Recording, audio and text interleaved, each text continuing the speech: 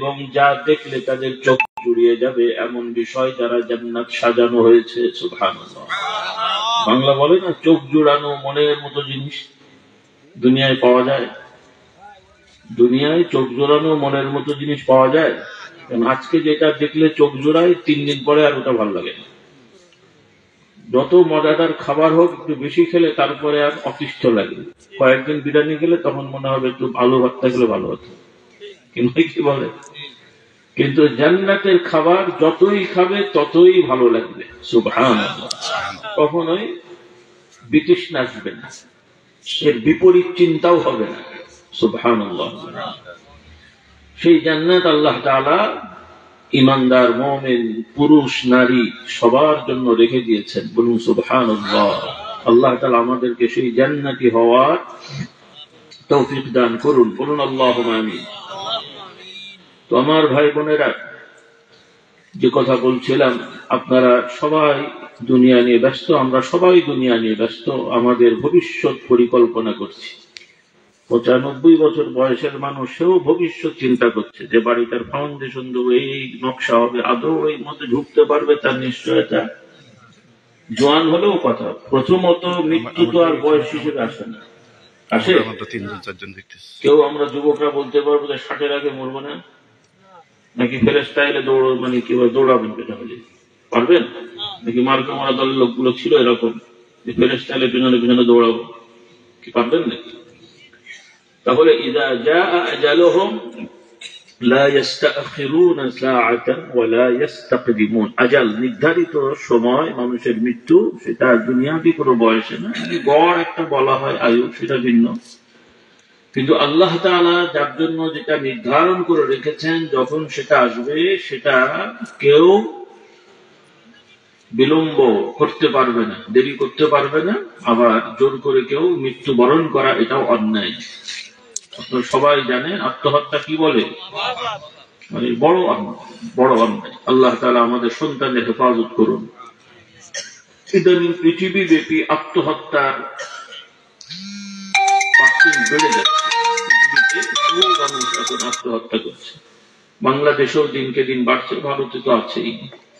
যে যত ঈমান আমল থেকে দূরে সরবে তাদের মধ্যে আত্মহত্যার প্রবণতা তত বেশি বাড়বে। কারণ মানুষ যখন হতাশার মধ্যে থাকে তখন আত্মহত্যার প্রবণতা আসে। আর ঈমানদার কখনো হতাশা ভোগে না। মানুষ মাত্র ভুল ত্রুটি হয়, কিছুটা সমস্যা হয়, কিন্তু যার ঈমান যত মজবুত তার অন্তর তত পরিচ্ছন্ন থাকবে। সে হতাশ হবে না, নিরাশ হবে না। তার গলায় ফাঁসির দড়ি দিলেও সে আশা করবে আমার আল্লাহ চাইলে এখান থেকেও আমাকে মুক্তি করতে পারে। সুবহানাল্লাহ বললেন না? আর দুনিয়ার সব উন্নত প্রযুক্তি ব্যবহার করে আমার পাহারায় থাকলেও ঈমানদার বিশ্বাস করবে ওর থেকে একজন আমাকে প্রতিশ করে দিতে পারে না। বোঝেননি? পৃথিবীর ইতিহাসে বহু বড় বড় রাজা বাদশারা দেহরক্ষী দ্বারা হত্যা হয়েছে। কাদের দ্বারা? দেহরক্ষী, যাদেরকে দায়িত্ব দেওয়া হয়েছে পাহারা দেওয়ার জন্য, এরাই সাইজ করে দিয়েছে। এটা হলো দুনিয়ার বাস্তবতা। কাজেই ভরসা হবে কার প্রতি? আল্লাহ তাআলা আমাদেরকে হেফাজত করুন। বলুন আল্লাহুম্মা আমিন। তো দুনিয়া লাগবে না তা নয়, আল্লাহ পাঠিয়েছেন, আমরা লাগবে না বললে হবে না। কোন লোক যদি বলে আমার দুনিয়া লাগবে না, টাকা লাগবে না, সত্যি কথা না মিথ্যে কথা? যত বড়ই হুজুর হোক, দুনিয়া আবার লাগবে না।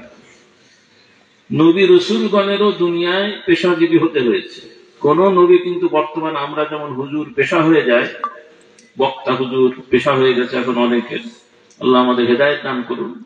হ্যাঁ, আমরা ব্যস্ত মানুষ, ব্যস্ততা বেশি, আপনারা ভালোবাসেন, অন্য কাজ করার সুযোগ হয় না, এটা ঠিক আছে। কিন্তু এটাকে গতানুগতিক অন্যান্য পেশার মতন উপার্জনের কাজ করে নেওয়া, এটা কখনোই শোভা পাবে না। কারণ ওয়াজ নসিহত আলেম ওলামাদের এই দায়িত্ব, এটা ইবাদত। এটা দুনিয়াবি মুদিখানার দোকানের গরু কি বলে আপনার চাল ডাল বিক্রি করার মতন কোরআন হাদিস বিক্রি করার পেশা নয়। বলুন নাউযুবিল্লাহ। যদিও কেউ কেউ এটাকে বানিয়ে ফেলেছে। আল্লাহ তাআলা তাদেরকে হেদায়েত দান করুন, আমাদেরকে হেদায়েতের উপরে দৃঢ় থাকার তৌফিক দেন। কারণ এই জগৎটা এমন ভাবে কলুষিত হয়েছে যে অনেক সময় ধৈর্য ধরা মুশকিল হয়ে যায়। হ্যাঁ, কারণ আপনার আশপাশে অনেক হুজুর যখন বেশি বেশি টাকা চাইবে আর পাবে, তখন আপনি লোভ সামলাতে পারবেন না। আপনাকে শয়তান ওয়াসওয়াসা একটু বললে অসুবিধা না, কথা বলছেন নি আপনি? এরকম ঝামেলা হয়ে যাচ্ছে। আর এগুলো করলে দেখা যাবে যে সেই বাংলা কথা আছে না যে শস্যের মধ্যে ভূত, আপনার দেশে বলে, এই তফসির জানেন? এই শস্যের মধ্যে ভূতের তফসির জানেন? হ্যাঁ, কথাটা তো জানেন। মানে হলো এমনি যেমন আমরা তদবির করি, এটারও আবার মানদণ্ড আছে। গণহারে কাগজে লিখে গলায় হাতে ঝোলানো এটা শরীয়ত সম্মত না, এটা ইমার্জেন্সি একটা অবস্থা। শরীয়তের মূল বিধান হলো আমরা যেমন মানুষ, আর একটা সম্প্রদায় আছে জিন সম্প্রদায়, এরা মানুষকে অনেক সময় ডিস্টার্ব করে, এরা লোকালয়ে এসে মানুষের উপরে ভর হতে পারে, এই শক্তি তাদের আছে, এটা সত্য, কোরআন হাদিস এটা বর্ণিত। আমরা যেমন মানুষ, আর একটা জাতি আছে জিন সম্প্রদায়, তাদেরকে আল্লাহ তাআলা আগুন দিয়ে বানিয়েছেন। কি দিয়ে বানিয়েছেন? আর এই জিন সম্প্রদায়ের অন্যতম একজন সদস্য, তার নাম কি? হ্যাঁ, ইবলিস ওরফে শয়তান। আল্লামা ইবলিস ওরফে কি শয়তান নাকি? নাউযুবিল্লাহ। তো যাই হোক, জিন সম্প্রদায়, এদের মধ্যেও মানুষের মতন ভালো জিনও আছে, আবার কিছু দুষ্ট আছে, এরা অনেক সময় মানুষদেরকে ডিস্টার্ব করে। আর এদের এই দুষ্টুমি থেকে বাঁচার জন্য কোরআনুল কারীমের আয়াত এবং রাসূলুল্লাহ সাল্লাল্লাহু আলাইহি ওয়াসাল্লাম শেখানো কিছু দোয়া জিকির আছে, এটাই আমাদের জন্য যথেষ্ট। আর এগুলো পড়তে হয়। কি করতে হয় বলেন একটু? পড়তে হয়। যার যার অসুবিধা সে পড়বে। আর সে পড়তে যদি অক্ষম হয়, তাহলে তার আশপাশে যারা আত্মীয় স্বজন আছে, বাবা মা ভাই বোন চাচা ইত্যাদি, যারা সবসময় কাছে থাকে, এরা পড়ে তাকে দম করবে, ফু দেবে, পানি পড়ে দেবে ইত্যাদি ইত্যাদি, বা আলেম ওলামা আমাদের থেকে নিলেন, সেগুলো ব্যবহার করলেন। এটা হলো সোজা রাস্তা। আর কখনো কখনো এমন রোগী হয়ে যায় যে তাকে নিয়মিত পরিচর্যা করার কেউ থাকে না, এরকম অবস্থা হয়। সেই ক্ষেত্রে ওলামারা বিশেষ বিবেচনায় কোরআনের কিছু আয়াত এবং কিছু দোয়া লিখে তার গলায় বা হাতে দেওয়ার অনুমতি তারা দিয়েছেন, ইজতিহাদ করে, যে এটা ওজরের মসলা। কিসের মসলা? আমার কথা বোঝা যাচ্ছে? ওজরের মসলা মানে কি? পানি নেই অথবা আছে, পানি নেই, নামাজের সময় হয়েছে, কি করবেন? কি করবেন? আচ্ছা, অথবা পানি আছে অল্প পরিমাণে, এই পানি দিয়ে অজু গোসল করে ফেললে পরবর্তীতে আবার কখন পানি পাওয়া যাবে নিশ্চয়তা নেই, এর মধ্যে পিপাসা লাগবে, খাওয়া লাগবে, আর যদি পানি না থাকে তাহলে গলা শুকিয়ে কষ্ট হতে পারে বা ঝামেলা হতে পারে। তখন কি করবেন? তখনও তায়াম্মুম করবেন। কিন্তু পানি পর্যাপ্ত অথবা কোন অসুস্থতা নেই, তায়াম্মুম করা যাবে? তাহলে যারা কোরআন শরীফের আয়াত পড়তে পারবেন, দোয়া দরুদ পড়তে পারবেন, তারা খামাখালি গলায় ঝুলিয়ে রাখবেন আর যাকে তাকে ঝোলাতে দিয়ে দেবেন, এটা আসলে শরীয়ত সম্মত নয়, কোরআনের আয়াত হলেও না। কিন্তু এখন তো আয়াত বাদেই, আয়াতও নয়, জিকিরও নয়, ফালতু জিনিস কি সব নকশা মকশা পেরেক টেরেক এগুলো ঢুকিয়ে গলায় ঝুলিয়ে দিচ্ছে। আল্লাহ এটাকে হেদায়েত দান করুন। আমাদের একটা তথ্য এসছে, সত্য, আশা করি সত্য ঘটনা, মানে একজন বর্ণনা দিয়েছে, সেও মাদ্রাসায় পড়ুয়া মানুষ কোন এক এলাকায়। তো সে এসে বলল যে তার এলাকায় কে যেন একটা এরকম মাদলি দিয়েছে, বড় মোটা বড় ধরনের। তো যে দিয়েছে তার ব্যাপারে ওর একটু সন্দেহ হয়েছে যে লোকটা আসলে তেমন কিছু জানে, ও কি দিল। তো যাকে দিয়েছে ওরা আবার পরিচিত, সে বলছে যে ভাই এসো তো তোমার মাদলিটা, আমি দেখি তো কি আছে এর মধ্যে। তো সে খুলেছে, ওইটা খুলে দেখে একটা কাগজ, তার মধ্যে একটা পেন আর কাগজের লেখা ইয়া ইবলিসু। কি লেখা বলেন না একটু? দেখেন অবস্থা, দেখেন একজন মুসলমান আবেগে গেছে তদবির নিতে, আর ইয়া ইবলিসু পেরেক ভরে ওর গলায় গুলি ছেড়ে দিয়েছে। মুসলমানের কাজ দেখেন। আল্লাহ তাআলা আমাদের হেদায়েত দান করুন। ইয়া আল্লাহ ইয়া রহমান লিখলো তো তার একটা সাইড হতো, সেও না লিখে লিখেছে ইয়া ইবলিসু। এটা তদবির হলো? একটু কমন সেন্সকে প্রশ্ন করেন। আর যে লিখলো সেই বা কি লিখলো? মুসলমানের বাচ্চা। আল্লাহ আমাদেরকে হেদায়েত দান করুন। তো যাই হোক, কথা প্রসঙ্গে বেড়ে যাচ্ছে। তদবির দরকার, কারণ এটা আল্লাহ রাসূল সাল্লাল্লাহু আলাইহি ওয়াসাল্লাম শিখিয়েছেন। বলুন সুবহানাল্লাহ। এটাকে আরবিতে রুকিয়া বলা হয়। রুকিয়া রাসূলুল্লাহ সাল্লাল্লাহু আলাইহি ওয়াসাল্লাম বললেন, এটা আদিকাল থেকে হয়ে আসছে, যেটাকে ঝাড়ফুঁক বলে বাংলায়, ঝাড়ফুঁক। এটা আদিকাল থেকে হয়ে আসছে। রাসূলুল্লাহ সাল্লাল্লাহু আলাইহি ওয়াসাল্লাম সব নবীদের থেকে এটা প্রমাণিত। যেমন ঈসা আলাইহিস সালাম কোরআনে প্রমাণিত, তিনি ঝাড়ফুঁক করতেন না, কি ঝাড়ফুঁক করতেন? কে বলতে পারবে? দেখি ওলা মারান, ওলা মারান দেখি, কে বল, যুবকরা বলতো। ঈসা আলাইহিস সালাম ঝাড়ফুঁক করতেন কিরকম করে? মৃত্যু ব্যক্তিদের, হ্যাঁ, অসুস্থ ব্যক্তি বিভিন্ন ধরনের তাদের গায়ে হাত বুলিয়ে দিলে আল্লাহ তারা ভালো করে দিতেন। সুবহানাল্লাহ বললেন। ওয়াতুবরিউল আকমাহা ওয়াল আবরাসা বিইذনি। কোরআনুল কারীমে, সময় কম, আমি সংক্ষেপ করছি। এভাবে আরো অন্যান্য নবীদের ঘটনা আছে, এগুলো মুআজিজা। আল্লাহ তাআলা নবীদেরকে এই দায়িত্ব দিয়েছেন বা কি বলে, এই মর্যাদা দিয়েছেন, যাতে করে সাধারণ দুর্বল ইমানদার বা সাধারণ মানুষেরা তাদের কাছে এই ওসিলায় যে হেদায়েত পেয়ে যায়। বলুন সুবহানাল্লাহ।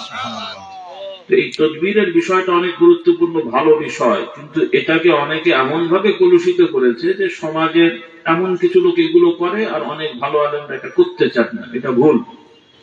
যারা উলামা ইকরাম, আপনারা যদি শরীয়ত সম্মত তদবির না করেন তাহলে দুষ্টরা সুযোগ কি পারবে? বাংলা বলেন একচিটিয়া বাজার, অর্থনীতিতে পড়েছে, মানে একচিটিয়া শুধু ওরাই কাজ করবে। কাজেই উলামাদের উচিত, এটা ব্যবসা না, আপনারা ব্যবসা হিসেবে করেন না, মানুষের খেদমত হিসেবে করেন, আর এটাকে খাটো করে দেখেন না। এটা নবীওয়ালা কাজ। কি কাজ? আল্লাহ রাসূল সাল্লাল্লাহু আলাইহি ওয়াসাল্লাম ঝাড়ফুঁক দেন নাই। রাসূলুল্লাহ সাল্লাল্লাহু আলাইহি ওয়াসাল্লামের কাছে হযরত আলী এসেছেন একদিন, চোখ উঠেছে, চোখটা বলে তো আপনাদের দেশে ওই যে ইয়ে হয়। আলী এসে বলছেন, ইয়া রাসূলুল্লাহ সাল্লাল্লাহু আলাইহি ওয়াসাল্লাম, আমার চোখ উঠেছে, কষ্ট পাচ্ছি, আমাকে একটু ঝাড়ফুঁকের ব্যবস্থা করে দেন। রাসূলুল্লাহ সাল্লাল্লাহু আলাইহি ওয়াসাল্লাম নিজের থুতু মুবারক একটু আঙ্গুলে নিয়ে তার চোখে লাগিয়ে দিলেন। হযরত আলী বলছেন, আল্লাহর নবীর থুতু লাগাতে দেরি হয়নি, আমার চোখ যেমন তার তেমন হয়ে গেছে। তাহলে এরকম তদবির আছে, তো এগুলো শরীয়ত সম্মত ভাবে আমাদের করতে হবে। তবে কোরআনের আয়াত বাদ দিয়ে জিকির আজকার, মানে আল্লাহর সাহায্য বাদে অন্য কিছুর সাহায্য চেয়ে, অথবা এমন কিছু সংখ্যা লেখা যেটা অস্পষ্ট, এগুলো দিয়ে গলায় হাতে কখনোই কোনো মাধ্যমে আমরা দেবো না। রাজি তো ইনশাআল্লাহ? আর যারা অন্তত সূরা ফাতিহা আর ইখলাস ফালাক নাস পড়তে পারেন, আপনার আর কোনো তদবির দরকার নেই। সুবহানাল্লাহ বললেন। এই জন্য আমি একটা দিই না, সাধারণত ইমার্জেন্সি কেস সেটা ভিন্ন। অনেক সময় আসে, ভাই আপনি জানেন হুজুর তদবির দেন, এটা গলায় কিছু রাখি, হাতে কিছু রাখি হেফাজতের জন্য। আমি সূরা ফাতিহা পারেন? যে হুজুর পারে। ফালাক নাস পারেন? পারে, মাশাআল্লাহ। তাহলে আপনাকে আর গলায় ঝুলাতে হবে, আপনি নিজেই তাবিজ। সুবহানাল্লাহ বলেন। আপনি নিজে কি তাবিজ? আপনি ফাতিহা ইখলাস ফালাক নাস পড়ে নিজে গায়ে ফু দেবেন আর পানিতে পড়ে খাবেন। ওই মাগবির মধ্যে আয়াত দেওয়া হয়, আপনি নিজেই এখন মাগবি হয়ে গেছেন, শয়তান দেখলে এমনি পালাবে। বিশ্বাস হয়নি? তবে খাওয়াটা হালাল হতে হবে। উল্টো পাল্টা খেয়ে আর সুবহানাল্লাহ নাউজুবিল্লাহ করলে কি হয়? হ্যাঁ, আল্লাহ হেফাজত করেন, তবে জবানটা পবিত্র রাখতে হবে। রাজি আছি ইনশাআল্লাহ? মিথ্যে বলবো, গীবত করবো, হারাম খাবো। গ্রামের মানুষ বলছে আমরা হারাম খাই না, ব্যাংকে অ্যাকাউন্টও নেই, ঘুষও খাই না, শাকসবজি উৎপাদন করে খাই, কিন্তু ভালো করে খোঁজ নিয়ে দেখেন বোনের জমি দখল করা সেটাতে হচ্ছে, বাকি থাকছে কি বুঝলেন? আপনাদের নেই মনে হয়। আবার কিছুদিন আমার হুজুরদের সাথে থেকে সুন্নত শিখে গেছে, লাউ দস্তরখান, হাত দিয়ে বিসমিল্লাহ বলে খাওয়া, কিন্তু কোদও কিন্তু ওই জমি। কি বুঝলেন? খুব ভালো হলো তো নাকি? এইগুলো, এই সমস্ত আমাদের সেনাবাহিনী, আর এদের নিয়ে আমরা রাস্তাঘাটে স্লোগান দিচ্ছি কোরআনের আলো জ্বলবে। ব্যাটারি লুজ, ব্যাটারি না থাকলে লাইট জ্বলে? কথা তো সুন্দর, কিন্তু কোরআনের আলোটা কি রে ভাই? কোরআনের আলো হলো মুসলমান সত্যবাদী হবে, মুসলমান সৎ হবে, মুসলমান ন্যায় পরায়ণ হবে, মুসলমান আমানতদার হবে। সমাজে এই ধরনের মানুষ বাড়লে তো কোরআনের আলো জ্বলবে, নাকি শুধু সাইনবোর্ডে লেখা থাকবে? অফিস আদালতে যেমন কোরআনের আয়াত লেখা থাকে, এখনো তো বাংলাদেশে লেখা আছে, প্রধান উপদেষ্টা যেখানে বসে মাথার উপরে কলমা শরীফ লেখা আছে, তার মানে কি বাংলাদেশ ফেরেশতা হয়ে গেছে? হ্যাঁ, এই যত নাস্তিক আছে এরাও তো মাঝে মাঝে দেখি টুপি মাথায় দিয়ে বসে থাকে, দেয় না? আল্লাহ হেদায়েত দান করুন। এই জন্যে কথা বেড়ে যাচ্ছে, আমি মূল কথায় আসি। তো আসল কথা হলো ভরসা হবে কার প্রতি? আল্লাহর প্রতি। তো সর্ষের মধ্যে ভূত মানে হলো, আমরা যেমন আয়াত তেলাওয়াত করে বা এগুলো দিয়ে তদবির করি, অন্যান্য ধর্মের লোকদের, তারা তো আর কোরআন হাদিস পড়ে না, তাদের তদবিরের একটা আছে হলো কি সব পরে করে ঝাড়ফুঁক দেয়, ওর মধ্যে সর্ষে ব্যবহার করে। কি ব্যবহার করে? সর্ষে পড়ে ওই যে রুগী আর কি তার মানে হয়তো পিষে মালিশ করে না কি সব করে আর কি, যাই হোক, অথবা শুঙায় ওই এর মধ্যে দিয়ে এরকম কিছু একটা করে আর কি। এখন এক ওঝা অন্য ধর্মের, সনাতন বা অন্য ধর্মের, এসে ওই রোগীর সামনে আচ্ছা করে সব মন্ত্র পড়ছে, সর্ষে ফুটু দিয়ে অনেক কিছু করছে, কিন্তু সেই ঝামেলা যায়নি। শেষ পর্যন্ত রেগে যে বলছে যে সর্ষের মধ্যে ভূত ঢুকেছে। কোথায় ঢুকেছে? আমাদের সর্ষের মধ্যে ভূত ঢুকে পড়েছে। তাই যাবে কোথেকে? আল্লাহ তাআলা আমাদের হেদায়েত দান করুন, বলুন আল্লাহুম্মা আমিন। তো যাই হোক, কথা বেড়ে যাচ্ছে। আমার ভাই বোনেরা, আমাদেরকে ভক্তি করেন, ভালোবাসেন আপনারা, যেহেতু আমাদের অত যোগ্যতা দায়িত্ব নেই। আমাদের পূর্বপুরুষেরা যখন এটা অখণ্ড ভারতের অংশ ছিল, কারণ এখন এটা বাংলাদেশ হলো, একসময় কি ছিল? ভারত ছিল, একই দেশ। আর সেই সময় তারা বিভিন্ন ভাবে কষ্ট করে গরুর গাড়িতে, তারপরে পায়ে হেঁটে, পালকি করে বিভিন্ন জায়গায় গিয়ে সফর করে কিছু মুসলমান হয়েছেন আগে, কিন্তু ইসলাম জানতো না, শুধু নামে জানতো মুসলমান, আর অপারেশন হয়েছে, আর কিছুই জানতো না। নামাজ নেই, কিছু নেই, ধুতি পড়া, ঈমান আকীদার কিছুই জানতো না। আমাদের পূর্বপুরুষেরা আলহামদুলিল্লাহ বিভিন্ন জায়গায় যে মানুষকে বুঝিয়ে বুঝিয়ে দাওয়াত দিয়েছেন, কিছু শিখিয়েছেন, আর পার্মানেন্টলি শেখার ব্যবস্থা, মাদ্রাসার ব্যবস্থা করেছেন। বলি আলহামদুলিল্লাহ। এই কথাগুলোকে আমি বানিয়ে বলছি, এই বয়স্করা জানেন। যুবকরা এখন মাশাআল্লাহ নতুন নতুন মাদ্রাসা, স্কুল, কলেজ দেখে মনে করছে বুড়োরা কিছুই করেনি। তোমার বাবা 5 বিঘে জমি রেখে গেলে সেটাকে এখন তুমি ঘিরে বাড়ি করে বলছো যে আমি সব করেছি, বাপ কিছু করেনি। তো জমি পেলে কোথায়? বাপ জমি না রাখলে তোমার বাড়ি হতো? আমাদের পূর্বপুরুষ আল্লাহওয়ালারা এই মাদ্রাসা না করলে আজকে তো তুমি কলেমা শরীফও পড়তে পারতে না, এখনো তো নব নব পড়া লাগতো তোমার। বানিয়ে বললাম কথাটা? কাজেই পূর্ববর্তী উলামাদের অবজ্ঞা করা এটাও এক ধরনের কুফরি কাজ। কি কাজ? তারা যা পেরেছেন আলহামদুলিল্লাহ করেছেন, তবে সেটাই সব সময়ের জন্য যথেষ্ট নয়, আপনাকেও করতে হবে। কথা এই, কিছু লোকেরা তাদের দোহাই দিয়ে নিজেরা হাত গুটিয়ে বসে আছে, আবার কিছু লোকেরা পূর্বের লোকদেরকে কিছুই করেনি, ওনারাই সব করছেন। এই দুটোই আমাদের জন্য খুব খারাপ। যে যা করেছেন তাকে শুকরিয়া আদায় করতে হবে, আর আপনার আমার বর্তমান দায়িত্ব পালন করে যেতে হবে। আল্লাহ তাআলা আমাদেরকে তৌফিক দান করুন। এজন্য অনেক জিনিস তখন সুযোগ হয়নি, করেননি, কিন্তু এখন আপনার সুযোগ হয়েছে, করতে হবে কিনা? এখন এই দেশ বাংলাদেশ, যখন ভারত ছিল তখন এই অঞ্চলের জনসংখ্যার কত ভাগ মুসলিম ছিল ভাই বলতে পারবেন কেউ? বয়স্করা 70-80 বছরের নাই কেউ? 2-1 জানা আছে? যখন এই বেলটা, যেটা খুলনা জেলা, এই বেলটা যখন ভারতের অংশ ছিল, তখন এই সমস্ত এলাকায় মুসলিমের সংখ্যা কত ছিল শেষের দিকে? ভারত তো প্রথম থেকে বললাম, মানে ব্রিটিশের শেষ সময়ে মনে করেন কত? না না, আমি বলছি কত সংখ্যা মুসলিম ছিল? না, আমার বাংলার ভাষা বোঝেননি। আচ্ছা, সোজা করে দিই। এখন বর্তমানে শতকরা আপনারা 90 জন মুসলমান বাংলাদেশের। কতজন? কোন এলাকায় কম বেশি, কোথাও হয়তো 95, কোথাও 85, কোথাও এরকম আছে। আমার যতটুকু ধারণা, তখন হয়তো হিসাব করলে দেখা যাবে যে 40, 50, 60 এরকম। আর তারও আগে গেলে দেখা যাবে 20, 22, 25%। যখন মুসলিমরা এই ভারতবর্ষ শাসন শুরু করে, তখন সাধারণ জনগণের মধ্যে মুসলিমদের সংখ্যা ছিল মাত্র 10 থেকে 8%। কথাটা বুঝেন কিন্তু। তো সেই সময়ে অন্যান্য দেশ থেকে মুসলমানরা এসে এই দেশ শাসন করেছে। কিভাবে সম্ভব হয়েছে? এবং তাও 1-2 দিন না, কত বছর মুসলিমরা শাসন করেছে? 200 বছর। হ্যাঁ, আপনারা এত ঠান্ডা পেয়ে গেলেন। মুসলিমরা ভারতবর্ষ কত বছর শাসন করেছিল? প্রায় 700 বছরের কাছাকাছি। কত বছর? 700 বছর। 700 বছর। এবং তাদেরকে কিন্তু আঞ্চলিক কোন গোষ্ঠী বিদ্রোহ করে তাদেরকে রাজতন্ত্র থেকে সরায়নি। ব্রিটিশরা এসে এই দেশ দখল করে তাদেরকে হটিয়েছে, মেরেছে, হত্যা করেছে। তার মানে কি বুঝলেন? যে মুসলমানরা জুলুম করেছে না ইনসাফ করেছে? ইনসাফ। কথাও বাজে না। আচ্ছা, জুলুম করলে 700 বছর থাকা যায়? আপনারাই তো বাস্তবে দেখলেন, ক বছর পরেই সাইজ হয়ে গেছে।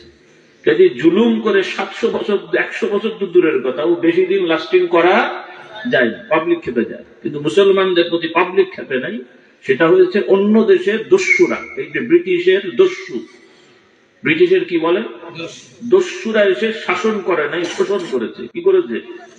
শোষণ করেছে। আর কিন্তু আপনারা সেই ব্রিটিশের এখনো গোলামি করছেন, বলছেন স্বাধীন হয়েছেন, ঘোড়ার ডিম হয়েছেন। কিসের স্বাধীন হয়েছে? এখনো হুজুর পর্যন্ত কথা বলতে চিন্তা করে যে ব্রিটিশ কি বলবে, আমেরিকা কি বলবে, টয়লেটে গেলেও চিন্তা করে। আমার কথা স্বাধীন হলেন নাকি? স্বাধীন মানে আপনি যা করবেন জানকে, আর আমি আমার দেশে আমি যা করবো, তোরা কি বলার আছে? এরকম লোক আছে বাংলাদেশের? কোন দল আছে বলতে পারবে যে আমরা আমাদের দেশে যা ইচ্ছা তাই করবো, ওরা কিছু বলার নেই? বলতে পারবে কোন দল? সে পীর সাহেব হোক আর হুজুর হোক আর ইসলামী দল বলতে পারবে? রাগ করলেন আমার কথায়? তার মানে এখনো স্বাধীনতা অর্জন করতে পারেন নাই। আর স্বাধীনতা অর্জন করতে গেলে প্রথমে নিজেদের ঈমান আমল ঠিক করতে হবে। ওই ভাড়া করা ঈমান নিয়ে স্বাধীনতা অর্জন হয় না। আল্লাহ তাআলা আমাদের হেদায়েত দান করুন। এখন কিভাবে করবেন এই কথাগুলো বলে একটু আমি চলে যাব ইনশাআল্লাহ। এগুলো হবে না তা নয়, তবে আপনারা চেষ্টা করবেন। কিছু করে ফেলার দায়িত্ব আপনাদের না, আমাদেরও না, নবীরও নেই, তো আপনার হবে কোত্থেকে? আল্লাহর নবী সাল্লাল্লাহু আলাইহি ওয়াসাল্লাম 23 বছরে 20 বছর ধরে বলা যায়, বা মোটামুটি 23 বছরের 20 বছর বা 21 বছর ধরে মক্কা শরীফে মূর্তি থাকা অবস্থায় কাবা শরীফে সিজদা করেছে, কাবা শরীফকে কিবলা করে সিজদা করেছেন। তার মানে কি নবী ব্যর্থ? নবীর জীবদ্দশা। এরপরে রাসূলুল্লাহ সাল্লাল্লাহু আলাইহি ওয়াসাল্লামের সময় মুসলিম রাষ্ট্র এত বড় ছিল না, অল্প একটা অংশ ছিল। এরপরে আবু বকর রাদিয়াল্লাহু 2 বছরে একটুখানি সম্প্রসারিত হয়েছে। হযরত ওমরের সময় মাশাআল্লাহ দীর্ঘ হয়েছে, কারণ উনি দীর্ঘ সময় শাসন পেয়েছেন। এরপরে আস্তে আস্তে বেড়েছে। তবে নবীর সমাজ যত ছোটই হোক, সেটাই হলো আমাদের মডেল। বলুন সুবহানাল্লাহ। সেটাই হলো আমাদের মূল নীতি। এজন্য আপনারা মনে করবেন না যে অত সালের মধ্যে এই করে ফেলতে হবে। কোন সালের মধ্যে কিছু করার টার্গেট না। আমাদের টার্গেট হবে যার যেটা সাধ্য আছে, আমার দায়িত্ব আমি পালন করে দেবো। রাজি ইনশাআল্লাহ? ইনশাআল্লাহ। আমাদের কিছু লোকের ভুল ধারণা আছে যে এত সালের মধ্যে এই করে ফেলতে হবে, তারপরে কি তুমি বেঁচে থাকবে না মরে যাবে? অতদিন ভাসবে তার নিশ্চয়তা আছে? এগুলো ভুল কথা। আমাদের দায়িত্ব খুব ভালো করে বোঝেন। পুরুষ নারী সবাইকে বলতে চাই, ইসলাম কি শুধু পুরুষদের না তাদের? মানে ছেলেরা রোজা রাখবে, মেয়েরা শুধু ইফতার বানিয়ে খাওয়াবো, ওনাদের তার রোজা নেই, এই দায়িত্ব ওনাদের নাকি? আমাদের সমাজের মেয়েরা, কিছু মেয়েরা হীনমন্যতায় ভোগে, তারা মনে করে আমরা মেয়ে মানুষ অত ইবাদত করে কি হবে। তবে পুরুষরা এরকম মনে করে তোরা মেয়ে মানুষ অত সিঁড়ি দিয়ে কি হবে। এটা গুলো এক গ্রুপ। আর আরেক গ্রুপ, এখন আধুনিক গ্রুপ আসছে, এনারা চিন্তা করছেন আমরা মেয়ে হয়েছি তো কি হয়েছে, ছেলে মেয়ে সব সমান, ছেলেরাও যাও করবে আমরাও তাই করব। এখন ওনারা দাবি দাবা নিয়ে রাস্তায়ও যায়, রাজনীতি করার জন্য পদেও যায়, এরপরে রাস্তায় যে কর্মসূচিতে মিছিল মিটিংও করে, এরপরে আবার মাঝে মাঝে পরিস্থিতি ঝামেলা হলে পুলিশ আবার ধাওয়া করে এবং সাইজও করে না। তখন আবার প্রেস কনফারেন্সে যে বলে আমরা মেয়ে মানুষ, মায়ের জাতি, আমাদের এই করলো সেই করলো। তখন সমান অধিকার থাকে না। মার খাওয়ার সময় কি বৈষম্য করা যায় নাকি? সমান যেহেতু আছে, মার তো সমানই হওয়া উচিত। কথা বলে। প্রশ্ন হলো যে এগুলো কি মহিলাদের কাজ? আমার মা বোনেরা, স্কুল কলেজের শিক্ষার্থী মেয়েরা, তোমরা, আপনারা পুরুষরা, কারণ পুরুষরা এদেরকে উস্কে দেয়, তো এদেরকে তো এগুলো শেখাচ্ছে পুরুষেরা, এরা কিন্তু নিজের থেকে বলেন এগুলো। কারণ পুরুষরা আসলে শেখায় এদেরকে, এটা পুরুষদের স্বার্থে, নারীদের স্বার্থে না। তারা শয়তানি করার জন্য, সোজা বাংলা আর বলার দরকার নেই। প্রথমত আল্লাহ রাব্বুল আলামিন পুরুষ নারী সবাইকে সৃষ্টি করেছেন। পুরুষকে এক ধরনের দায়িত্ব দিয়েছেন, নারীকে আরেক রকমের দায়িত্ব দিয়েছেন। কিছু দায়িত্ব কমন আছে, সেখানে পুরুষ নারী সব কাজ সমানভাবে করবে এই ধারণা কোন মুসলিম সমাজে মুসলমানদের হওয়া দরকার নাই বা হওয়া উচিত না।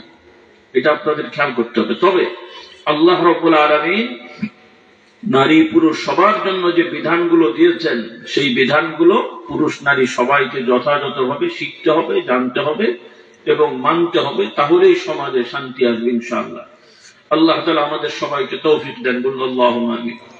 তো আমার ভাই বোনেরা, কথা প্রসঙ্গে যেটা বলতে চাচ্ছিলাম, মূল কথায় আমরা আসি যে আমরা সবাই মুমিন মুসলিম দাবি করছি, কিন্তু বাস্তবে আমরা যদি আমাদের দিকে তাকাই, আমরা দেখতে পাবো যে আল্লাহর নবীর আদর্শের একটা বড় অংশ আমাদের থেকে হারিয়ে গেছে, বা আমরা সেগুলো মানছি না, শিখছিও না। না শিখলে আর মানবেন কোত্থেকে? শেখার দিক থেকে আমাদের অনেক কমতি আছে।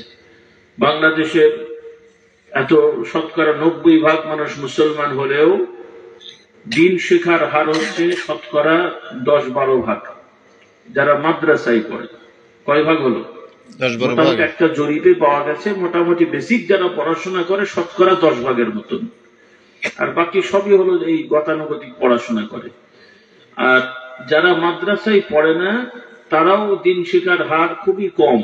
এই মসজিদে যে হয়তো একটু খুতবা শুনে, মাঝে মাঝে ওয়াজ মাহফিলে একটু যায়, আবার ওয়াজ মাহফিলও তো যথাযথ ওয়াজও অনেক জায়গায় হয় না, যার কারণে ওখান থেকেও ভালো কিছু তেমন শেখার ব্যবস্থা থাকে না।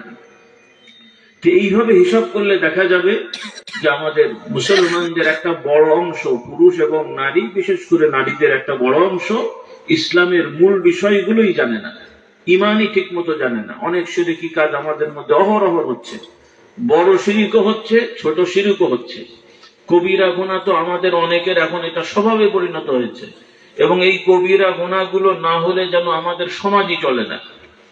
বিভিন্ন অনুষ্ঠান কবিরা গুনাহ হয় না? হয় না? বিয়ের অনুষ্ঠান, বউ ভাতের অনুষ্ঠান, ওলিমার অনুষ্ঠান, তারপরে আপনার এই বিভিন্ন ধরনের আরো কিছু নতুন নতুন অনুষ্ঠান বের হয়েছে, বিবাহ বার্ষিকী, ম্যারেজ ডে, হ্যান ত্যান, এগুলো এসছে না এখন সমাজে। এই সমস্ত অনুষ্ঠানে যা হয় কবিরা গুনাহ হয় না? হয় না? বলেন, হয় না? হয় না? এগুলো তো গেল এক ধরনের। এরপরে ইসলামের নামেও আরো কিছু আনুষ্ঠানিকতা আছে, সেখানেও গুনার কাজ হয়। বলুন নাউজুবিল্লাহ, ইসলামের নামে হচ্ছে। এইভাবে আমাদের হারাম কাজ রগে রগে ঢুকে আছে, ইমানেও জটিলতা আছে। যারা কিছু ইবাদত করি সেখানেও আমাদের শিরিক ঢুকে আছে, রিয়া, অহংকার, অহমিকা, এগুলো ঢুকে যাচ্ছে। আর রিয়া হচ্ছে, আল্লাহ নবী সাল্লাল্লাহু আলাইহি ওয়াসাল্লাম বলছেন, এটাও এক ধরনের শিরিক।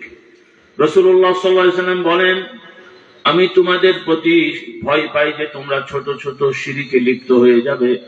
প্রশ্ন করা হলো, ইয়া রাসূলুল্লাহ সাল্লাল্লাহু আলাইহি ওয়াসাল্লাম, ছোট ছোট শিরিক কি? শিরিক শব্দটা আপনারা সবাই জানেন। শিরিকের বাংলা কি? একটু বলেন তো, শিরিকের বাংলা কি? শরীক করা। শরিক। শরিকও আরবি বাংলা হয়েছে, আরেকটা কি বাংলা বলা যায়? অংশীদার। অর্থাৎ আল্লাহ রাব্বুল আলামিনের সাথে সৃষ্টিকে অংশীদার করার মতন কোন বিশ্বাস বা কর্মকে আরবি কোরআনের ভাষায় এবং ইসলামের ভাষায় শিরিক বলা হয়, এবং এটাকেই সব থেকে বড় অপরাধ বলা হয়। চুরি, ডাকাতি, খুন, ধর্ষণ, রাহাজানি, এগুলো তো বড় বড় অপরাধ আছেই, এর থেকেও বড় অপরাধ আল্লাহ তাআলার সাথে শরীক হয় এই ধরনের কোন কথা বলা বা কাজ করা। আল্লাহ তাআলা আমাদের হেফাজত করুন। এগুলো আমাদের সমাজে অনেক হচ্ছে। কি হুজুর আর কি খেজুর বলেন দেখি। আমাদের হুজুরদের হচ্ছে, আমরা বক্তা সাহেবেরা বক্তব্য দিতে যে শয়তান ওয়াসওয়াসা দেয়, মনে আমার চিন্তা হয় যে আমি এমন ওয়াজ করব লোক খুশি হয়ে যাবে, আমার দাওয়াত বেড়ে যাবে। এটাও শিরিক। এটাও কি শিরিক? কারণ ওয়াজ হবে কার সন্তুষ্টির জন্য? আল্লাহ। লোক শুনুক আর না শুনুক, আমার ভালো কথা আমি বলবো, কিন্তু লোককে খুশি করার জন্য আপনার লেভেল নামিয়ে কোরআন হাদিস বাদ দিয়ে আলতু ফালতু ফালতু কথা, গল্প টল্প বলছেন কেন? যেন লোক বসে থাকে। আচ্ছা, গল্প বলে লোক বসিয়ে আমার লাভ কি? কি লাভ? হ্যাঁ, আমি চিন্তা করলাম কোরআন হাদিসের কথা বললে 1 ঘন্টা লোক বসবে না, কারণ কথাগুলো একটু কাটা কাটা হবে, একটু আগ্রহ কমে যাবে। কাজে কিছু কোরআন বলে বাকি সব ফালতু কথা বললাম, কেন? লোক বসিয়ে রাখে। তো লোক এই বলা কথা বসিয়ে রাখলে লাভটা কি বলেন? আপনি 20 মিনিট 25 মিনিট ভালো কথা বলে ছেড়ে দেন, লোকগুলো বাড়িতে ঘুমান, কিন্তু ফালতু কথা বলে 2 ঘন্টা ধরে রাখলাম, ওই যা ভালো বলেছেন ও কিন্তু সব চলে গেছে, ওর মাথার মধ্যে নাই। তাহলে ই করে লাভটা কি আপনার? আমাদের রুচি নাই, রুচি নষ্ট হয়ে গেছে। তো হুজুরের যদি রুচি নষ্ট হয়ে যায় তো আপনাদের কি হবে বলেন? আমরাই চাচ্ছি যেন লোক বসে থাকে আমার কথা শুনে, তো আমার 2.5 ঘন্টা লোক বসে আমার লাভটা কি? এই কমন সেন্সটা আমাদের হারিয়ে গেছে। কারণ আমার দায়িত্বটা কি? আমাদের দায়িত্ব হলো মানুষের কাছে হক কথাটা পৌঁছে দেওয়া। হেদায়েতকে দান করবেন আল্লাহ। হেদায়েতকে দান করবেন নাকি আমরা আপনাদেরকে সবাইকে জান্নাতে ঘাড়ে করে নিয়ে চলে যাবো? এই দায়িত্ব দেওয়া হচ্ছে। নবীরাও তো পারেননি, করেননি, আল্লাহ তাআলা দেননি তাদেরকে দায়িত্ব। তো যাই হোক, খোলাসা কথা হলো, আমার ভাই বোনেরা, মা বোনেরাও শুনছেন, পুরুষ নারী সবাইকে বলছি, আপনাদের অনুরোধ করব, এখন একটা সুযোগ হয়েছে বাংলাদেশে, বলি আলহামদুলিল্লাহ। আলহামদুলিল্লাহ। তবে এই সুযোগটা হাতছাড়া করা যাবে না, কারণ আপনারা যদি অবহেলা করে বসে থাকেন তাহলে কিন্তু আবার সুযোগ হাতছাড়া হয়ে যাবে, আবার জটিলতা চলে আসতে পারে, নাউযুবিল্লাহ, আল্লাহ না করুন। এখন এই সুযোগে যেটা আপনাদের করতে হবে, আগেও সুযোগ ছিল না তা নয়, আপনারা হীনমন্যতায় ভুগেছেন, কাজ করেননি, কিন্তু এখন আরো সুযোগ হয়েছে। সেটা হলো আমাদের ছেলে এবং মেয়ে সবাইকে পরিপূর্ণ ইসলাম শেখানোর ব্যবস্থা করতে হবে। রাজি তো ইনশাআল্লাহ? বলেন ইনশাআল্লাহ। ইনশাআল্লাহ। শুধু মাদ্রাসা থেকে দিন শিখবে তা নয়, শুধু মসজিদ থেকে দিন শিখবে তা নয়, আমাদের প্রত্যেকটা ছেলে মেয়ে এই প্রচলিত বিদ্যালয় থেকেও দিন শিখতে হবে। কি রাজি ইনশাআল্লাহ? কথা বলছে না, বলেন ইনশাআল্লাহ। ইনশাআল্লাহ। কি পদ্ধতি হবে? দাওয়াতি কাজ করতে হবে। কি কাজ? দাওয়াতি কাজ। ওলামারাও নেমে যান। রাস্তাঘাট থেকে শুধু লোক ধরে মসজিদ আনলে হবে না, আমাদের চেষ্টা করতে হবে, আমরা প্রাইমারি স্কুলে যাব, হাই স্কুলে যাব, টিম করে আলেম ওলামা মুফতি সাহেবেরা অনুমতি নিয়ে হেড স্যারের কাছে যান যে আমরা সপ্তাহে একদিন দুই দিন আসবো, আমাদের একটু সুযোগ দেবেন যে ক্লাসের পরে বা আগে বা টিফিনের সময় আমরা একটু ছেলেদেরকে নামাজের দাওয়াত দেবো। কি অসম্ভব কাজ? অসম্ভব কাজ। ওখানেই আমরা বদনা টদনা নিয়ে বালতি নিয়ে যাব, বাচ্চাদের একসাথে করে 2-3 গ্রুপ হয়ে আমরা ওযু শেখাবো, নামাজ শেখাবো। কি অসম্ভব কাজ? না। এরপরে আগে পরে 20 মিনিট একটু সময় দেন স্যাররা, আমরা একটু বাচ্চাদের একটু দিন শেখাবো, যে বাবা ঈমান এই, কলেমা এই, ইসলামের মূলনীতি এই। কঠিন কাজ? এই কাজগুলো আমাদের করা দরকার, বলি ইনশাআল্লাহ। ইনশাআল্লাহ। আল্লাহ তাআলা আমাদের তৌফিক দান করুন। আমিন। কারণ ফাউন্ডেশন থেকে যদি না হয় রে ভাই, 35 বছরের লোককে ধরে ধরে তখন নামাজ শেখাচ্ছেন, তো এত বছর কি হলো রে বাবা? তো আমাদের এই 7-8-10 বছরের ছেলেগুলোকে ধরে ধরে ঈমান নামাজ শেখাতে হবে, উৎসাহ দিয়ে। কোন রকমের ফালতু কাজ করা যাবে না। আবার কিছু যদি মাথা গরম হচ্ছে, একবার দুবার বলে দিই, না হয় দেখা চাটি মেরে দিয়েছে, আর এক বিপদে বাবা, তখন তো আবার মামলা হয়ে যাবে। কথা বুঝলেন কিনা? এজন্য দাওয়াতি কাজ করতে হবে। রাজি ইনশাআল্লাহ? বলেন। শুধু এই ওয়াজ মাহফিল কি হবে? এটা এখন আপনারা শুনছেন, কটা লোক শুনছেন, আর কতটুকু কথা আমি বলতে পারবো আপনারা মনে রাখতে পারবেন, এগুলোও লাগবে, এগুলোকে অবহেলা করা যাবে না। কিন্তু এক বাহিনী দিয়ে হবে না। বাংলাদেশের কি এক বাহিনী না কয়েক বাহিনী? সেনাবাহিনী, নৌবাহিনী, তারপরে বিমান বাহিনী, আবার সবগুলো মিলে আবার র্যাব করা হয়েছে, এরপর আবার গোয়েন্দা বিভাগ, তাও আবার 3-4 গুরু, তারপরও রাষ্ট্র সোজা রাখা যায় না। কি বুঝলেন? কাজেই দাওয়াতি কাজ সর্বমুখী হতে হবে, বাচ্চাদের, যুবকদের, মেয়েদের, সর্বক্ষেত্রে আলেম ওলামা এবং যারা দিন বোঝেন, কোন রকমের দুনিয়াবি স্বার্থ ছাড়া আল্লাহর সন্তুষ্টির জন্য আখিরাতের উদ্দেশ্যে দাওয়াতি কাজ করবো। রাজি আছি ইনশাআল্লাহ? আল্লাহ তাআলা আমাদের সবাইকে তৌফিক দান করুন। তো আজকে যারা অন্তত শুনছেন, আমার মায়েরা, ভাইরা, এখন থেকে প্রতিজ্ঞা করে নেন, ইনশাআল্লাহ আমরা কোরআন শরীফ সহি শুদ্ধ করে শিখে ফেলবো, বলি ইনশাআল্লাহ। অন্তত আলহামদু সূরা থেকে নিয়ে 7-8টা 5টা সূরা একদম ছোটস্থ মুখস্থ করে ফেলবো, সহি শুদ্ধ করে, যেন ইমামতি করার যোগ্যতা রাখি, বলি ইনশাআল্লাহ। ইনশাআল্লাহ। ওই ইমাম সাহেবরা ভয় পেন না, আপনাদের চাকরি ঠিক থাকবে ইনশাআল্লাহ। আমাদের নেতাদের যে অবস্থা, একটু শিখে শিখে ফেলে পরে দেখা যাবে ইমামকে সরিয়ে উনি দাঁড়িয়ে পড়েছে, ইমামকে আর দরকার নেই, আমি পড়াচ্ছি, সে হলে তার এক বিপদ আর কি। তো যাই হোক, এই জন্যে এই বিষয়গুলো মহিলারাও সহি শুদ্ধ করে শিখবেন, কারণ এখন আলহামদুলিল্লাহ সুযোগ হয়েছে। একটা সময় ভাই এই এত সুযোগ ছিল না। মা বোনদের মধ্যে এখন আলেমওয়ালা কিছু হয়েছে, কিছু দাওরা পাস, কিছু কামেল পাস, বিভিন্ন পাস মহিলারাও এখন হয়েছে আলহামদুলিল্লাহ। এই জন্য আপনাদের উচিত হবে মেয়েদেরকে পর্দার সহিত বিভিন্ন জায়গায় তাদেরকে অন্তত ট্রেনিংটা দিয়ে দেওয়া, অন্তত সহি শুদ্ধ করে তেলাওয়াত শেখুক, ইমানটা। আর ইমানের জন্য আলহামদুলিল্লাহ আমরা চেষ্টা করেছি, ফুরফুরা ইতিহাস সম্পর্কে জেনেছেন। তো এখন আলহামদুলিল্লাহ আমরা বাংলাদেশে আছি, আমি নিজে এবং আমাদের কিছু অংশ ভারতে যাওয়া আসা হচ্ছে। যেহেতু আমার দাদাজান হুজুরের নাম শুনেছেন, ফুরফুরার বড় হুজুর রহমতুল্লাহ আলাইহি, তিনি সেই পূর্ব পাকিস্তানের সময় বাংলাদেশে ঢাকা দারুস সালামে জায়গা কিনেছেন এবং পাবনা পাকশিতে কিনেছেন। সেই সুবাদে এখানে আমরা সেটেল হয়েছি আলহামদুলিল্লাহ। ভারতে যাওয়া, এই জন্য আপনারা এখন ঢাকার যাতায়াত ভালো, যারা ঢাকায় যান দারুস সালাম, ওখানে আমাদের দরবার আছে ফুরফুরার মতনই। এভাবে পাবনাতে পাকশিতে দরবার আছে ফুরফুরার মতন আলহামদুলিল্লাহ। মাহফিল গুলোতে যাবেন, আর এছাড়াও ভালো ভালো জায়গায় যাবেন, আমাদের কোনো আপত্তি নেই।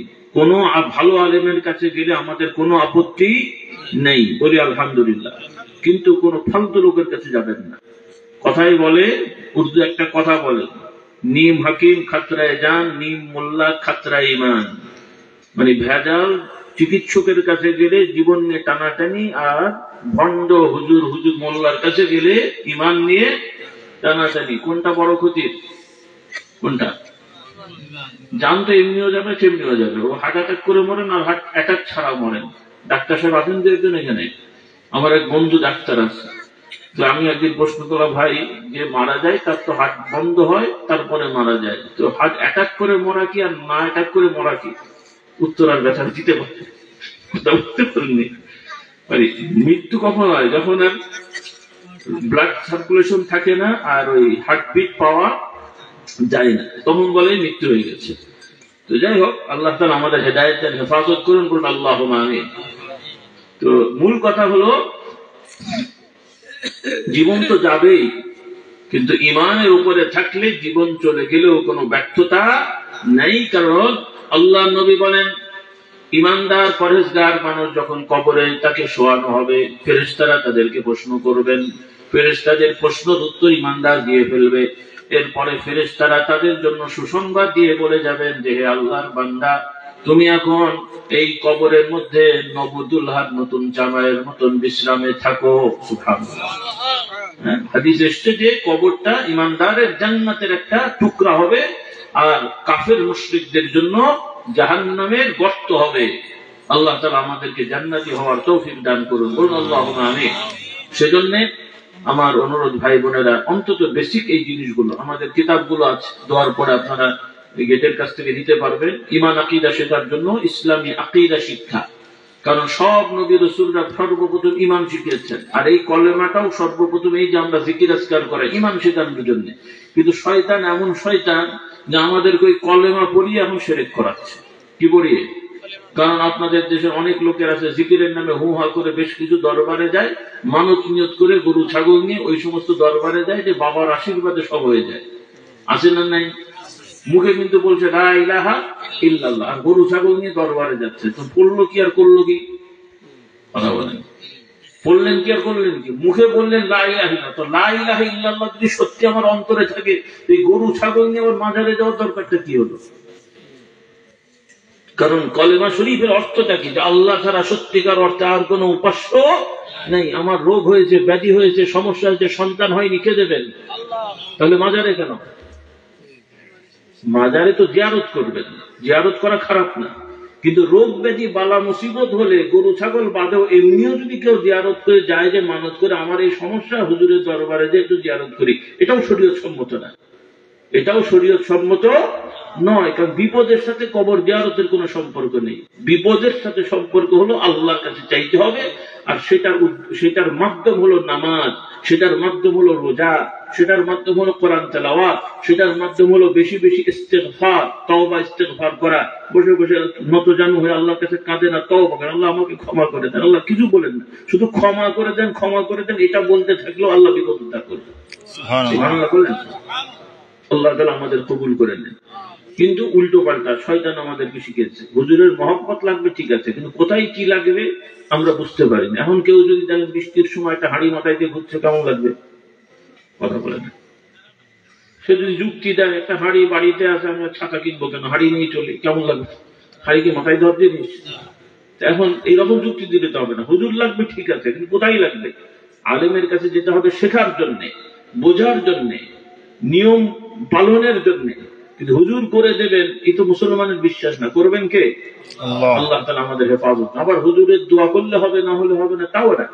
হ্যাঁ, দোয়া আলেম ওলামা দোয়া করবেন, আমরা আগ্রহী, কিন্তু তার দোয়াতে হবে, আমার দোয়াতে হবে না, এটাও কিন্তু আবার ইমানের জন্য খাতরা। কারণ আপনি আমি যত বড়ই গুনাহগার হই, আমার ইয়াকিন থাকবে আমি বড় গুনাহগার বড়, তবে আমার রবের রহমত দয়া এর থেকেও বড়। বলুন সুবহানাল্লাহ। এজন্য গুনাহ হয়েছে, তওবা করতে হবে। তার মানে আমার বলেন না গুনাহ করে যাবো, নাউযুবিল্লাহ, না রে বাবা, গুনাহ থেকে বাঁচবেন, কিন্তু কোনো বিপদ হলে মনে করেন না আমি গুনাহগার, আল্লাহকে বললে হবে না, হুজুরকে ঠ্যাং ধরতে হবে না, রে বাবা, এই কাজ করা যাবে না। ভাই বোনেরা, আল্লাহর কাছে চাইবো, মা বোনেরা আল্লাহর কাছে চাইবো, রাজি আছি। বিশেষ করে শেষ রাতে তাহাজ্জুদের সময়, ফজরের ওয়াক্ত হওয়ার আগে আল্লাহর কাছে চাইবেন। তবে এখানে একটা বলে রাখি, আমার ইমাম খতিব মুয়াজ্জিন ভাইদের অনুরোধ করব, আপনারা ফজরের আজানটা আউয়াল ওয়াক্তে দেবেন, কারণ আমাদের সমাজ একটা রেওয়াজ হয়ে গেছে ফজরের আজান রমজান বাদে প্রায় সময় দেখা যায় 20-20 আধা ঘন্টা পরে দেয়। তো এটা খুব সমস্যাকর। আর সাধারণ মানুষ তত বোঝে যে না, ওরা মনে করে আজান দিলে মনে হয় ফজরের রক্ত শুরু হয়, আর অলরেডি তো আধা ঘন্টা আগে ঢুকে পড়েছে ফজর রক্ত। তারা অনেক সময় রোজা রাখতে যে ওই সময় সেহরি খায়, কথাটা বোঝেননি আমার, আর ওরা বুঝতেও পারে না। সেজন্য আর এখন না হলে ঘড়ি টড়ি ইত্যাদি হয়েছে, বা সেও অনেকে এই মোবাইল থেকেও টাইমটা অত বোঝে না। সেজন্য আপনাদের আহ্বান থাকবে, আপনারা ফজরের আজানটা সারা বছরই চেষ্টা করবেন আউয়াল ওয়াক্তে দেওয়ার, যাতে মানুষ জানতে পারে যে এই সময়টা ফজর হয়। কথা বোঝা গেল? আর তার আগে হলো তাহাজ্জুদের সময়। আমার ভাই বোনেরা, তাহাজ্জুদের সময় একটু জিকির আজকার করবেন, 2 রাকাত 4 রাকাত 6 রাকাত 8 রাকাত সাধ্য অনুযায়ী নামাজ পড়ে ওই সময় যার যা মনের আকাঙ্ক্ষা আছে আল্লাহর কাছে বলবেন। এটা সবচেয়ে গুরুত্বপূর্ণ দোয়া কবুলের সময়।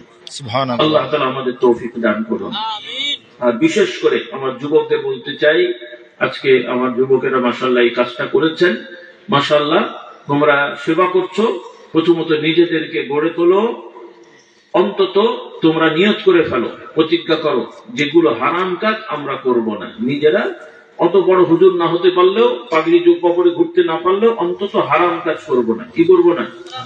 পাগড়ি জুব্বা পরা ফরজ ওয়াজিব না, কিন্তু দাড়ি রাখা জরুরি। টাকনুর উপরে জামা কাপড়, প্যান্ট বা প্যান্ট পায়জামা লুঙ্গি ইত্যাদি টাকনুর উপরে রাখা কি ফরজ।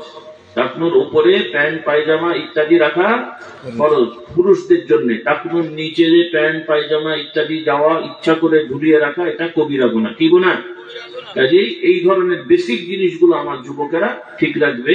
ফরজ নামাজ অন্তত যেন কাজা না হয়, ইচ্ছা করে জামাতের সহিত নামাজ পড়ো, কোরআন তেলাওয়াতটা শেখো, সত্যবাদী হও, কোনো মিথ্যাচার ধোঁকাবাজি করবো না। কৌশল করা দোষ না, কিন্তু মিথ্যা বলা দোষ। অনেকে কৌশলের নামে মিথ্যাচার করে, কৌশলের নামে ধোঁকা দেয়। অনেক দলের লোকেরাও কৌশলের নামে মানুষকে ধোঁকা দেয়, জনগণকে ধোঁকা দেয়, জাতিকে ধোঁকা দেয়। ধোঁকার কৌশল এক জিনিস না। ধোঁকা, কৌশল, প্রজ্ঞা তিনটা আলাদা। ধোঁকা দেওয়া হারাম, আর কৌশল বৈধ। প্রজ্ঞার সহিত মানুষের সাথে সিদ্ধান্ত দেওয়া এটা জরুরি। আল্লাহ নবী রাসূলকে আল্লাহ তাআলা বলেছেন, আল্লাহ নবীকে, যে তোমরা হিকমতের সহিত মানুষকে দাওয়াত দাও। হিকমত মানে কৌশল না, হিকমত হলো প্রজ্ঞা, জ্ঞান, বিদ্যা, মানে কি বলে আপনার যথাযথ অবস্থানকে বুঝে সেই অনুযায়ী মানুষকে দাওয়াত দাও। এটাও দাওয়াতের একটা বড় কি বলে আপনার নিয়ম। আল্লাহ তাআলা আমাদের সবাইকে তৌফিক দান করুন। অনেক রাত হয়ে গেছে, আপনাদের কষ্ট হচ্ছে, বোঝার ক্ষমতাও কমে যাচ্ছে। বিক্ষিপ্ত আকারে যা বলেছি আর কথা বাড়িয়ে কষ্ট দেবো না। আমার যুবকদের প্রতি আহ্বান থাকবে, তোমরা খুব ভালো কাজ করছো, এই ভালো কাজ আরো অগ্রসর হওয়ার চেষ্টা করবে। আমি অলরেডি পরামর্শ দিয়েছি, এই যুবকেরা অত্র এলাকা কেন্দ্রিক শুরু করে আশপাশে প্রতি বছরই যারা ক্লাস 10-এ উঠছে অথবা ইন্টারমিডিয়েট এইচএসসি তে উঠছে বা পাশ করছে, এই ধরনের ছেলে মেয়েদের লিস্ট করে করে কিছু ফান্ড করে তাদেরকে কিছু দিনী বই পুস্তক তাদেরকে দেয়া, উপহার দেয়া। অন্তত যেন আমাদের যুবক প্রজন্মটা তাদের 20-25 বছর হওয়ার ভেতরেই, মানে আমাদের এখন থেকে যাদের বয়স 12, 13, 14, 16, এরাই যদি মোটামুটি আগামী 10-12 বছরের ভেতরে একটা বড় অংশ ভালো ঈমান আকীদাময় হয়ে যায়, তাহলে অটোমেটিকলি দেশের পরিবর্তন হবে না? হবে না বাবা? অটোমেটিক হবে। এখন গোড়া ঠিক না করে আগামী টানাটানি করলে হবে নাকি ভাই? গোড়াটাকে ঠিক করেন, আমাদের যুবকদেরকে ঠিক করেন, ফাউন্ডেশনটা ঠিক করেন, ঈমান আকীদা ঠিক করেন। না হলে শুধুমাত্র ফাঁকা মাঠে ওয়াজ মাহফিলে ফতোয়া দিয়ে কাফের ও ফাসিক ও জাহান্নাম এগুলো বলে তুলে তোমার শুরু হবে না। আমাদের মূল জায়গায় যেতে হবে। মূল ময়লা আবর্জনা সাফ করে পানি পরিষ্কার করেন। এখন ইঁদুর পচা কুয়ার মধ্যে রেখে শুধু পানি ফেলছেন, সাফ হবে? এই জন্য জিনিসগুলো আমাদের খেয়াল রাখতে হবে, গোড়া থেকে আমরা চাই। এবং এক্ষেত্রে সকল দল মতকে একাকার হয়ে যেতে হবে। যে যেই দল জাগতিক ভাবে আছে সবাইকে বলতে হবে, ভাই দল আপনি যাই করেন, আপনি তো মুসলমান, তো ইসলামের কাজ আমরা করবো, এখানে কোন আপত্তি আছে ভাই? যে দলেরই হোক, কেউ শুয়োর খায়? কথা বলেন। মুসলমানের সন্তান একটা অন্য দল করে, মনে করেন ইসলামী দল না নন ইসলামী দল করে, কিন্তু মুসলমানের সন্তান শুয়োর খায় না? কেন খায় না? হারাম। শুয়োর খায় না হারাম, তো সুদ কি হলো? সেটা কেন খাচ্ছে? ও বুঝতে পারছে না শুয়োর আর সুদের তফাৎটা কি। ওকে বোঝাতে হবে শুয়োর যেমন হারাম, তার থেকেও জঘন্য হারাম কি সুদ। বিড়ি সিগারেটও ওই রকম হারাম, এই বুঝটা তাকে দিতে হবে। এরপরে আন্তর্জাতিক যে ঝামেলা আছে সুদভিত্তিক অর্থনীতি, সেটার বিকল্প আমরা তাদেরকে শেখাতে হবে যে না, এরা সুদি কারবার করে এই করে, আমরা সুদবিহীন ব্যাংকিং করে অর্থ ব্যবস্থায় এভাবে আমরা ব্যবসা করবো, এই যে আল্লাহ বরকত দেবেন। বলুন সুবহানাল্লাহ। এই প্র্যাকটিক্যাল না দেখালে শুধু ওই মুখে বলে বলে গেলে ওরা মনে করে হুজুরদের বলতে হয় বলুক, আমাদের করতে হয় করি, সেভাবে তারা হবে না, রাস্তা দেখাতে হবে। তো যাই হোক, অনেক বেশি কথা বলে ফেলেছি, যা বলেছি বিক্ষিপ্ত আকারে। আল্লাহ তাআলার কাছে ক্ষমা চাই ভুল ত্রুটির জন্য। হক কথাগুলো মেনে চলার তৌফিক দেন। আমার দোষ দিয়েন না, আমি বহু আগে থেকেই সিরিয়ালে অপেক্ষা করছি, সিরিয়াল আর পাচ্ছি না। আপনাদের মাশাআল্লাহ বহু যুক্ত, সিরিয়াল পাচ্ছি না। এখন যাও পেলাম, এখন কিছুক্ষণ পর আরো বললে তো আমি একাই বসে থাকতে হয় কিনা সেই চিন্তা করছি। এই জন্য আর খামাখালি কত ঝামেলা এটার দরকার নেই। মুসাফির হালতে আছি, আপনাদেরকে সাথে নিয়ে একটু দোয়া করি। এই অত্র এলাকার যত কবরবাসীরা আছেন, আল্লাহ তাআলা তাদের সবাইকে ক্ষমা করে দেন। ইমানদার নয় যারা অসুস্থ আছেন, সুস্থতা দান করেন। আমার যুবকদেরকে আল্লাহ তাআলা দ্বীনের আগামী দিনের সৈনিক বানিয়ে দেন। বলুন আল্লাহুম্মা আমিন। তো আসুন, মুসাফির হালতে আছি, আল্লাহর কাছে তওবা করে ইস্তিগফার করি। সাইয়্যিদুল ইস্তিগফার রাসূলুল্লাহ সাল্লাল্লাহু আলাইহি ওয়াসাল্লাম শিখিয়েছেন। আপনারা দোয়ার পরে কিতাবটা নিয়ে যাবেন, ওজিফার কিতাব, আরো অন্যান্য কিতাব আছে, ঈমান, আকীদা, ওজিফা, পর্দা শিক্ষা, গুনাহ মাফের আমল, আল্লাহ তাআলার গুণময় নাম, এই সমস্ত বিষয়ের আমরা একটা মোটামুটি সিলেবাস রাখি। আপনারা এই একটা মানে সেট রাখলে মোটামুটি জ্ঞানের তো সীমা নেই। অন্তত মৌলিকভাবে একটা মুসলমানের যা দরকার শতভাগ না হলে একটা বড় অংশ আমরা সিলেবাস করে দিয়েছি। বলি আলহামদুলিল্লাহ। আল্লাহ ঈমান আকীদা কেমন হবে, নামাজ রোজা জিকির আজকার ইত্যাদি ইত্যাদি বিষয়গুলো আমাদের বই আছে, আপনারা সংগ্রহ করবেন। তো আসুন সবাই আমরা তওবা করে ইস্তিগফার করি, আল্লাহ তাআলার কাছে ক্ষমা চাই, সকলে করি আল্লাহুম্মা আনতা রাব্বি লা ইলাহা ইল্লা আনতা খালাকতানি ওয়া আনা আবদুকা ওয়া আনা আলা আহদিকা ওয়া ওয়া'দা। ইহুদি জানি গোষ্ঠীদেরকে ধ্বংস করে দেন, খাস করে বাংলাদেশের প্রতি রহম করুন, নাজিল করেন। মুসলমানরা যে যেখানে আছেন পৃথিবীর আনাচে সেখানে, আমরা খবর না রাখলেও আপনি সকল বিষয় জানেন। আল্লাহ, আমরা গুনাহগার, খাতাকার, আমাদের গুনাহের জন্য শাস্তি না দিয়ে আপনার রহম করমের ওসিলায় ক্ষমা করে দেন। খাস করে আজকের এই মাহফিল ইন্তজামে যে যেভাবে সহযোগিতা করেছেন সবাইকে কবুল করে নেন।